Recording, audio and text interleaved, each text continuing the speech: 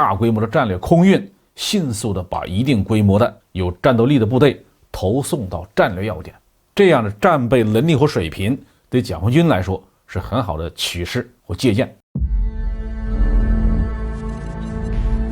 各位网友，大家好，欢迎来到包明说。这期节目我们说的是俄罗斯快反部队迅速的投送到哈萨克斯坦，这个反应机制是值得我们学习借鉴的。根据俄罗斯卫星通讯社的报道，圈个有用，哈萨克斯坦发生暴力事件后仅仅1天，俄罗斯立刻通过集体安全条约组织机制，派出3000多人的部队，动用70多架次的伊尔76和10架次的安124运输机，在很短的时间里面投送到哈萨克斯坦境内，迅速平息了局势。俄军的这次行动给我们提供了一个很好的快速投送的案例。现在呢，解放军在保家卫国这个问题上已经做得很好了，再也没有任何一个国家敢将军靴踏上中国的领土。现在问题是，随着中国的崛起，中国的利益遍布全球，中资企业和中国公民海外活动的范围越来越大。如何保护中国在海外的合法的利益，确保中国的公司资本在海外的安全运营，这是解放军使命任务的新内涵。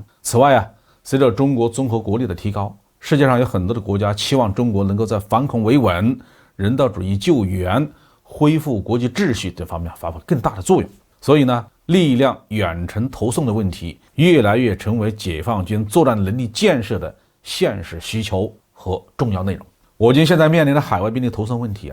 与早年的抗美援朝、抗美援越以及中印边境自卫反击战、对越自卫反击战都有很大的区别。这几次作战行动都是经过一定时间的前期筹划，以大规模出动为主要特征，留了一定的筹备和反应时间。另外这几次作战我军都是依托祖国展开行动，有稳固的后方支援。那如今海外的反恐维稳、撤侨和人道主义救援这些任务不可能再以这种模式进行呢，时间紧、任务急、规模小、反应快是这一类任务的主要特征。我们用叙利亚做例子，叙利亚政府在俄罗斯出兵介入之前呢，已经独自支撑了一段时间，风雨飘摇西方媒体广泛造势，认为巴沙尔政权时日无多。在这样危急的局势下，到底要不要出兵？以什么样的强度出兵？如果巴沙尔政府真的坚持不下去了，该怎么办？这个对俄罗斯来说都是非常严峻的问题。就算俄罗斯有着战斗民族的称呼，决策层在决定出兵之前呢，